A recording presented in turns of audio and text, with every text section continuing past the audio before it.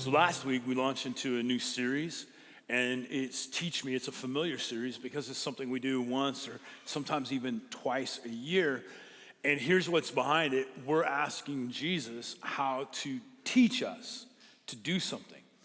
And this kind of comes from an experience I had a few years back where I felt like something needed to shift in the way that I taught the Bible.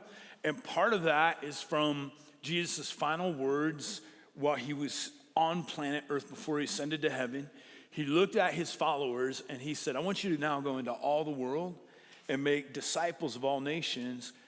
And here's the key, teaching them to obey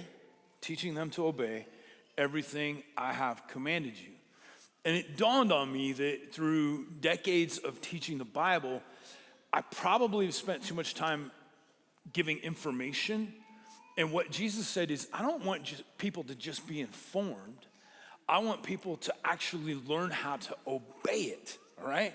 So that we aren't just theoreticians, that you have a great deal of theological knowledge. That's not my goal for me or for you, but that I'm actually a practitioner, not just a theoretician of the words of Jesus. And so this month we're looking at this section of scripture. It's found in two places. It's Luke chapter 11 and Matthew chapter 6. Where Jesus' disciples have observed Jesus' life, they've observed how he prays, and they actually come to Jesus, and these are young Jewish men who have learned how to pray. It's part of their culture. They pray multiple times a day. But they see how Jesus prays, and they ask Jesus this, would you teach us how to pray? And that's our question, and I'm encouraging every one of you. If prayer is not a part of your life whatsoever, you're not even sure what you believe, the whole goal of this would be ask Jesus to teach you how to pray and take a step you've never taken. Or if you have been following Jesus for a long time and you already have some spiritual habits and practices, we're still asking Jesus, would you teach us how to pray? Unfortunately, oftentimes in life when it comes to prayer, we have feelings of obligation or guilt. I just find that all the time in my own life where I'm like, oh, I should pray right now. And that's the sense of obligation or guilt that we feel like, oh, I haven't prayed enough. I probably didn't use the right words. And like God has higher expectations for me than what I'm currently meeting. And obligation and guilt are not good motivators for prayer.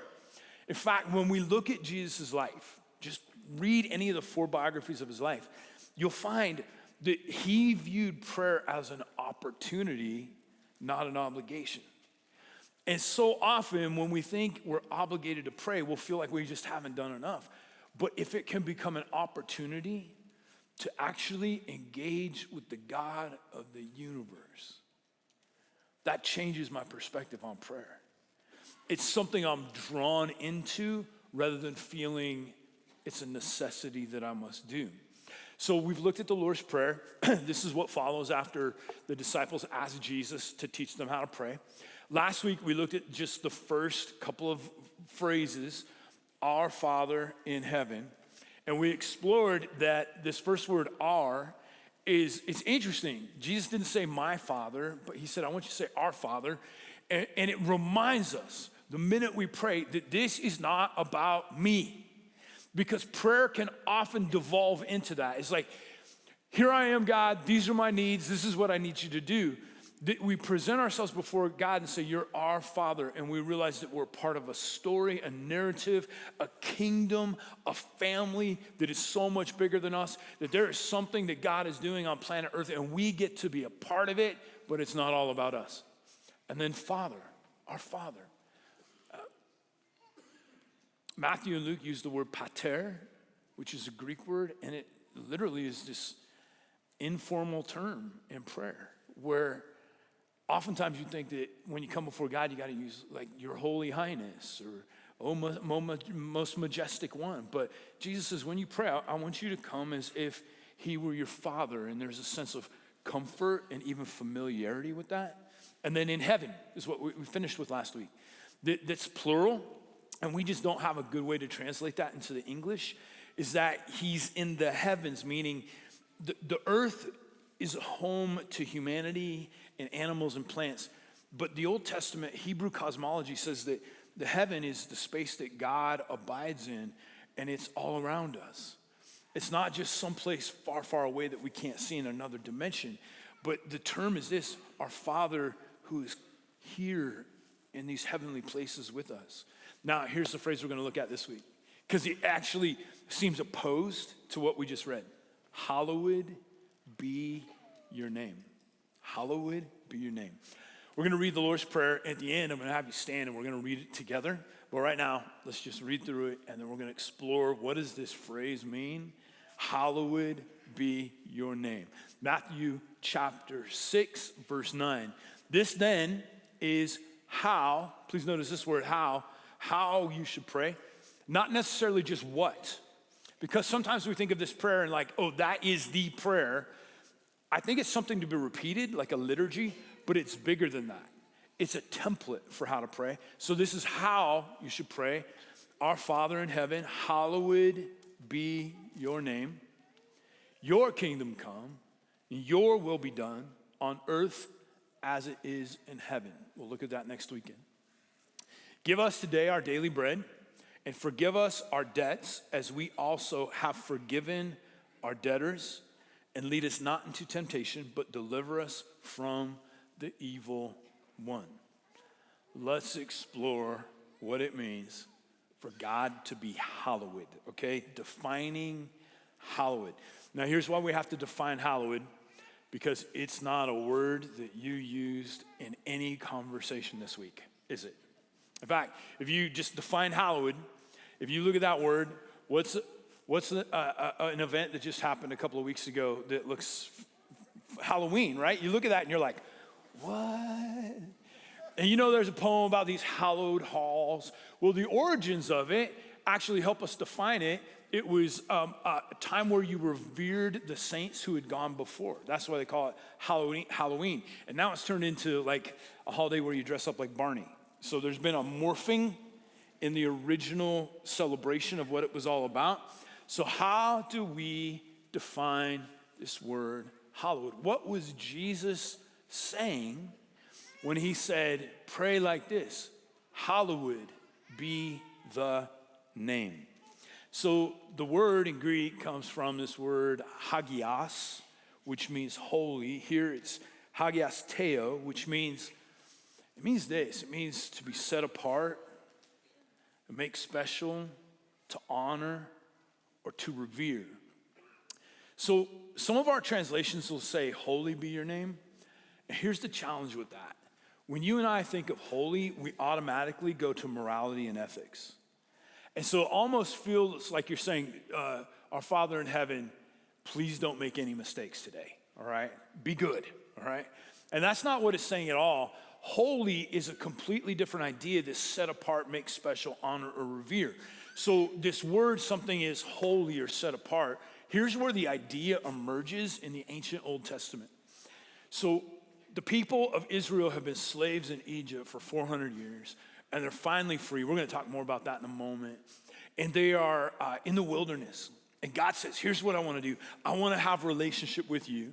And a vehicle to help us have a relationship is I'm going to have you create what's known as a tabernacle, which is similar to a temple, but because they're going to be nomadic for 40 years, it's a place where you worship God that's made out of a tent, and you can pack it up and carry it with you and then set it back up. And as God is going through this vehicle of worship, he says certain things are going to be hallowed or holy.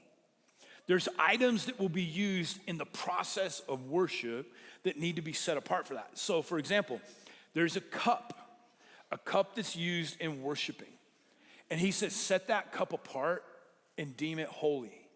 So here's what that meant, is if you were a priest, you didn't take this cup, use it all day in the worship practices, and then take it home at night and drink your iced tea out of it, right? No, because that cup has a very unique purpose. It's set apart for God. Now, even in the New Testament, Peter, one of Jesus' disciples, as he's writing his books, he calls the followers of Jesus holy or hallowed. And it doesn't mean that the minute you follow Jesus, like all your morality becomes perfect and your ethics are completely cleaned up. That's not what it means. It means this.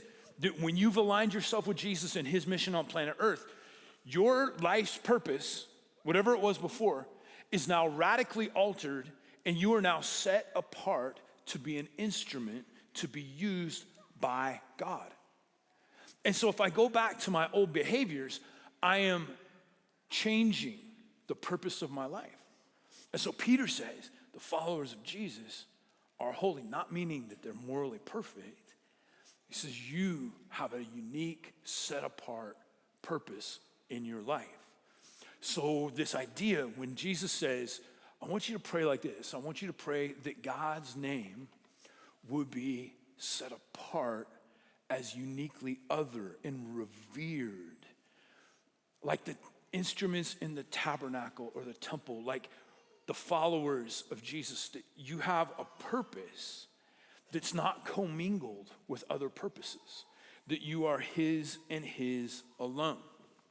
Now, one of the 10 Commandments, I know some of us are thinking about this, all the things that God could have said in these 10 Commandments, these ways to live and be fully human, one of them is, do not take the name of the Lord your God in vain. Which ties into this whole idea of hallowed, and what does that mean? Well, in our culture, I don't, like, the history of words, I don't know how this has happened, but it always is amazing to me how many curse words and expletives have theological roots, right? And you're like, I don't know how we got here. This is kind of odd, right?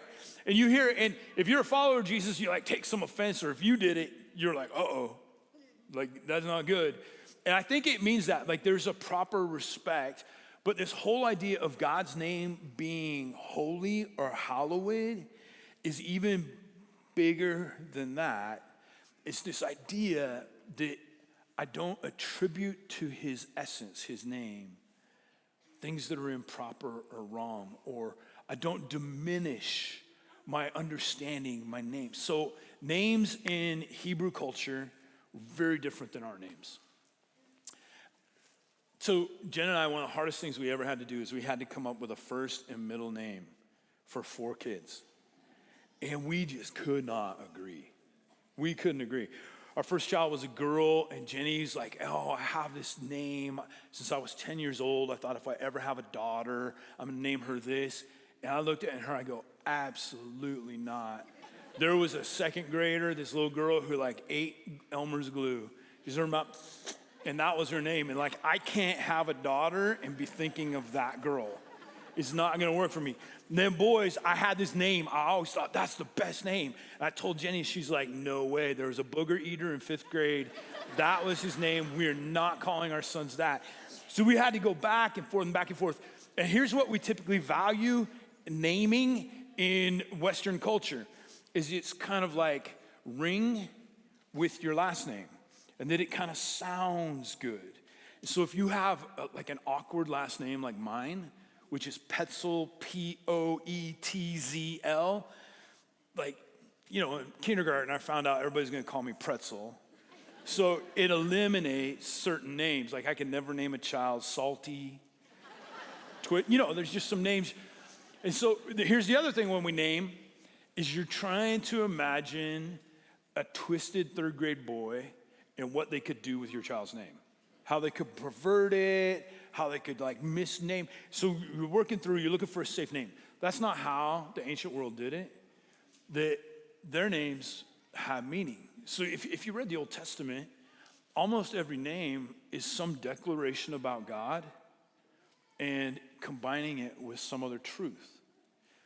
And if you're from like even tribal cultures, if you're native or any type of tribal culture, they still do this. Like your name actually means something. My name is Nate or Nathan, and you're like, you just call me Nathan. But there's nothing associated with that word in your mind.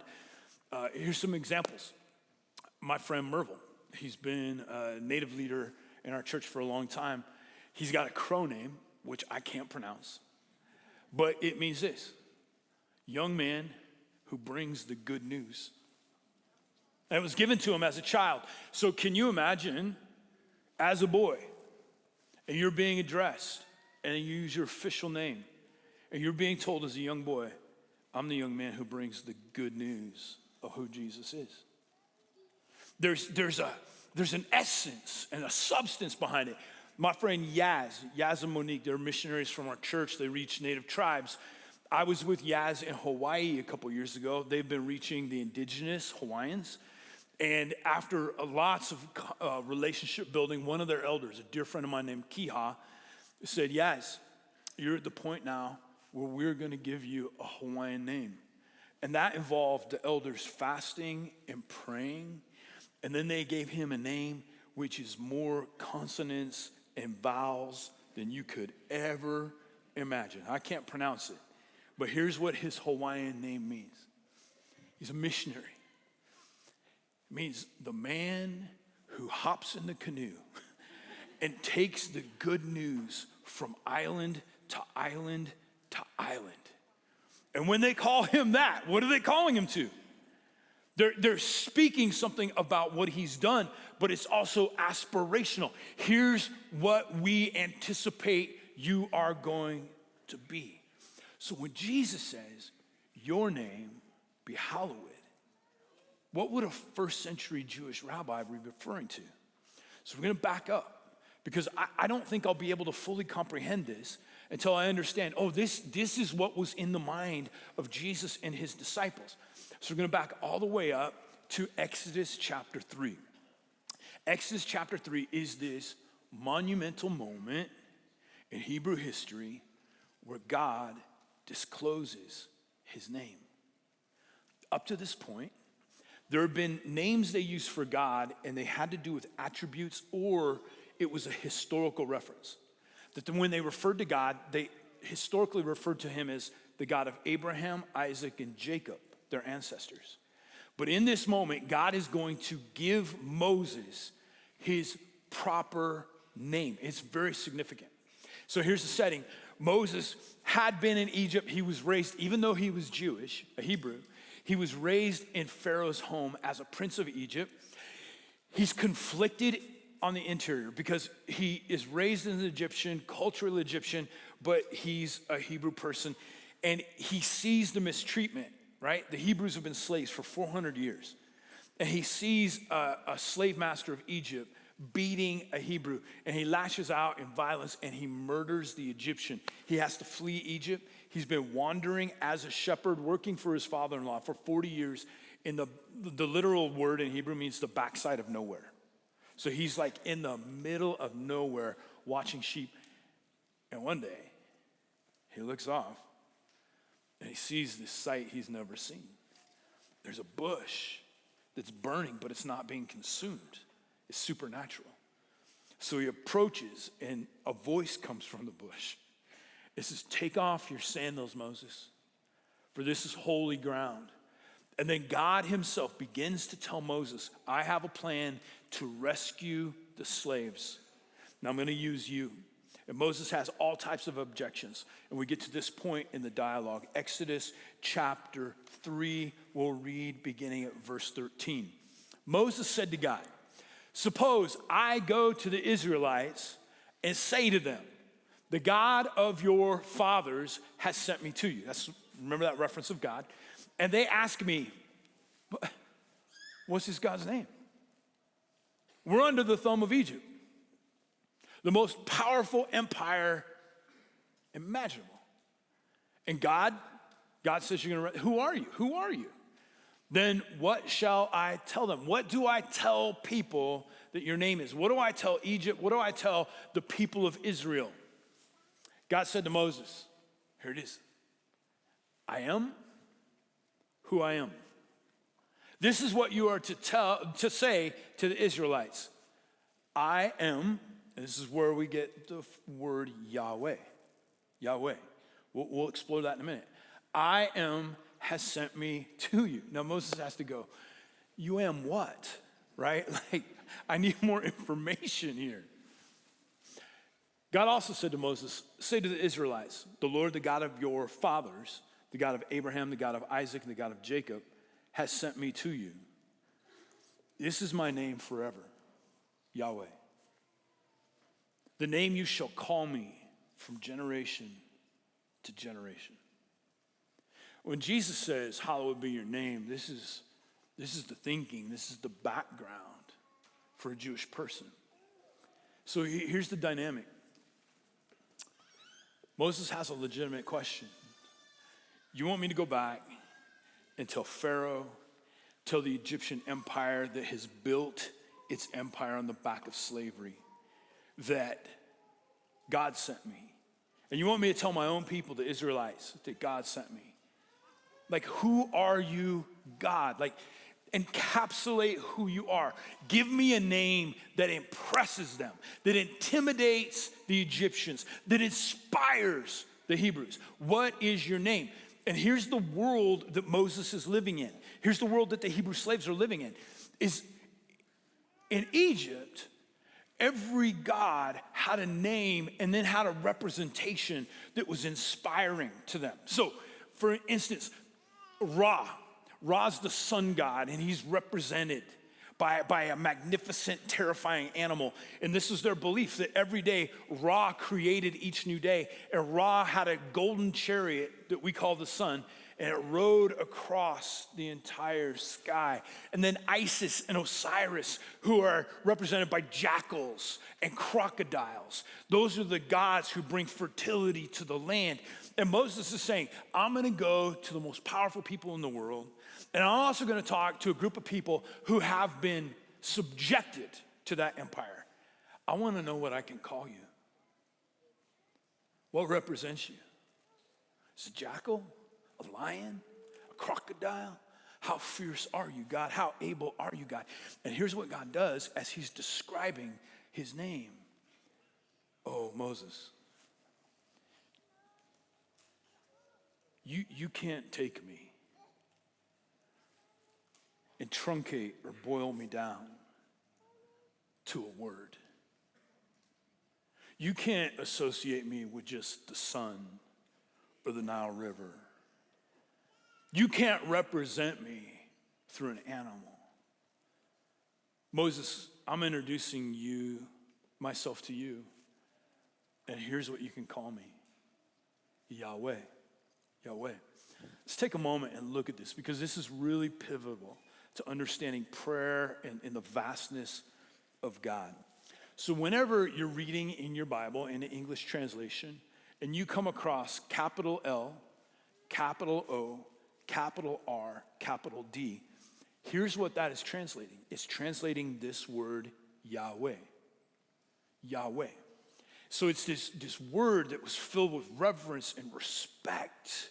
Now, there are other names for God throughout the Bible, and in fact, this word wasn't often spoken. Most people would not say this word out loud because there was so much reverence for Yahweh. So multiple other names. If you come across in your Bible capital L, small o, small r, small d, that is a translation of another name for God, which is Adonai, which has to do with his attributes, but not the name, Yahweh. Or you'll come across this, Jehovah. And Jehovah is compounded with another word. So Jehovah Jireh means the God who provides. Jehovah Rapha is the God who heals. And it will go on and on, multiple names. So these demonstrate his attribute. But his name. In English, I am that I am, we would translate this in English letters, it would be Ehyeh, Asher, Ehyeh. I am who I am. Or just as accurately, you can translate it, I will be who I will be. Moses, I'm not the God who you determine my nature. There is a vastness and expansiveness that can't boil me down to a phrase. In my office, right on the other side of that wall, I've got volumes of theology books where people spend a lifetime trying to write out everything they know about God. Here's the God that we serve. They've just scratched the surface. He's beyond one representation. He's beyond one word. He will be who he will be. In fact, part of what's being communicated is, Moses, you're about to figure out who I am by what I'm going to do. You're going to march back and you're going to tell Pharaoh The God who will be he will be, it said to set my people free. And Pharaoh's going to say, no, not going to happen, not going to happen. And then 10 successive plagues are going to come. And by the way, every single plague is a direct conflict with one of the Egyptian gods. Frogs, conflict with gods. Nile, conflict with gods. Hail, conflict with the gods. And what God is showing is I am bigger than all of these. And you're going to experience who I am by what I do. And part of understanding God is this lifetime of as I follow him, he reveals who I am. In this instance, he reveals to an entire two different people groups, the Egyptians and the Hebrews, that he is a God who rescues slaves and brings freedom and redeems them and provides for them in the desert. You can't put that into a phrase. You have to live it. You have to experience it. So let me show you what this looks like in the Hebrew, because about once a month, I get asked, hey, I want to get a tattoo of Yahweh on my body, and I want to make sure they do it right. Here's what it would look like, okay?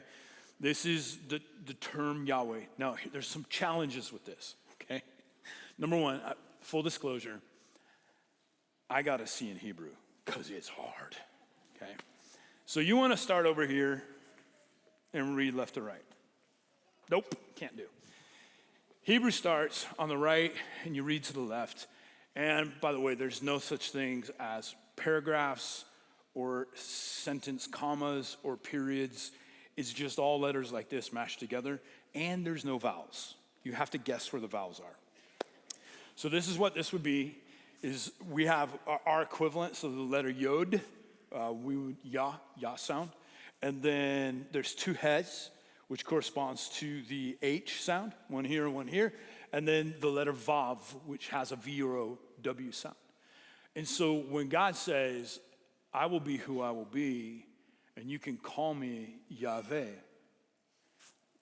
this is what it meant, just these simple characters that didn't communicate one specific picture, but communicated ability and vastness and beauty. When Jesus says, hallowed be your name, he's talking about the name. This name became so sacred that people didn't say it out loud. When a scribe was copying a new text, making a copy of the Bible, when you came to the name, Yahweh, you took the pen that you had been using, you set it aside, you picked up a brand new pen, you wrote these letters, and then you put that pen aside to be destroyed because it had written the name, and you could never write another word with it. It's about holiness. It's about this God is set apart, and he's magnificent. So it brings us to point number 2. This is our last point. There's this tension because Jesus had just told his disciples, say, our Father, very familiar. Use a family term when you're addressing God, who's in heavens, meaning you're here in our midst around us, not in me, not in the trees, but you inhabit the world we inhabit. And then right after that, these two familiar terms, he says, and in my perception, hallowed be your name, right? One, Jesus is telling us, pray to God as if he's next door. 2, remember who he is.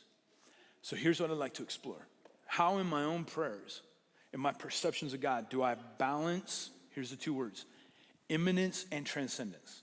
And I know these are not words that we use very often, but there's no better word to describe them. We'll define each one. How do I balance this idea that God is Father and God is hallowed, holy? Because I want to have both in my mind in tension all the time. So let's define, first of all, let's talk about immanence. What is immanence? Think of it as close, right? So it means that God is near. He's Father. It means that he is accessible, that he is knowable. The emphasis is on his proximity and his care. And most of the time in our culture, we really like this part, right? I do too, and it's 100% true. We understand this from places like John chapter 15, verse 15, where Jesus looks at his disciples and he says, I no longer call you servants. Servants, they don't even know what their master's doing. I now call you, anybody know? friends. Friends. It's this sense that Jesus says, I want you to come in close. I call you a friend. You're a part of my mission now. It's this beautiful idea that God knows the number of hairs on our head, that he is completely involved in our world. Now, if you take this too far, though, it becomes dangerous if it's not balanced out with the hallowed aspect. Because if it's all about immanence, then I come to God and there's a familiarity and there can be like, here's what I need you to do, God. You're my friend. I need you to meet my needs. And if I'm not careful, I begin to think that God exists for me. But God doesn't exist for me. I exist for him. And if you have this bumper sticker, I apologize up front. But I've seen this bumper sticker around town. And if you have it, consider taking it off or covering it. It says that God is my co-pilot. And I'm like, oh, man. If I understand the Bible right, God is not your co-pilot. If you're lucky, you get to serve drinks or handle baggage, okay? God is the pilot, all right? And when I say yes, when I've aligned my life to him, I'm not like sitting in the chair next to him and going, hey, here's what I want to do today, God. It is like, you are in charge. What do you want me to do, okay? So you don't want to overemphasize this, but it's essential. He's your father. So here's the other word, transcendence. This is his beyondness. He's beyond, he's above, his vastness, his mystery. This is the hallowed aspect. And the emphasis is on his power and his otherness, that he does not exist for me, I exist for him. And Jesus, when he says, I want you to pray, he just puts the two right together. Pray to your Father who's near, and remember he's hallowed, he's holy. How do these two things live together? Right? I want to give you an example. This is from Isaiah chapter 6. And there's a young man named Isaiah, and he has this experience with God, which shows how the two live in tension. Because I need to understand that God is hallowed, and I also want to understand that he's my Father. Isaiah chapter 6. In the year that King Uzziah died, I saw the Lord. But look at this picture of the Lord. He's high and exalted, seated on a throne, and the train of his robe filled the temple. This is all about what? Majesty. Majesty. Above him were seraphim. What's a seraphim? Elohim. Elohim are spiritual beings who are not embodied, okay? And these are really unique in the throne room of God. Each with 6 wings. With 2 wings, they covered their faces, profound sense of humility before God. With 2, they covered their feet, and with 2, they were flying. And they were calling to one another. Here's our word. Hallowed, holy, holy, holy is the Lord Almighty. The whole earth is full of his glory. At the sound of their voices, the doorposts and the thresholds shook, and the temple was filled with smoke. His vastness, his transcendence. And here's what Isaiah says. Woe to me, I cried. I am ruined, for I am a man of unclean lips, and I live among a people of unclean lips. So the first thing that Isaiah experiences is in the vastness of God, he feels a profound sense of lack. My culture lacks, I lack, and my eyes have seen the King, the Lord Almighty. Here we move in to his closeness. Then one of the seraphim flew to me with a live coal in his hand, which he had taken with tongs from the altar. And with it, he touched my mouth and said, see, this has touched your lips. Your guilt is taken away and your sin atoned for. This incredible, intimate, personal touch from this vast God. Then I heard the voice of the Lord saying, this God who controls all things. He's looking for a volunteer. Whom shall I send, and who will go for us? And I said, here am I, send me. And he said, go. So Isaiah has this experience where he sees the majesty, the transcendence of God, and he experiences the immanence, the closeness of God, a personal touch, a personal invitation. And here's what happens in our culture is I want to do one or the other. And through the Lord's Prayer, Jesus is saying this: call him your Father. Feel 100% comfortable in his presence. And remember that he is holy, that he is hallowed, that he has all capacity, and that his beauty and his majesty are indescribable. Remember the name. Like for us, Yahweh doesn't mean anything but in its original meaning. You're my Father, and simultaneously, you're the God who will be what you will be.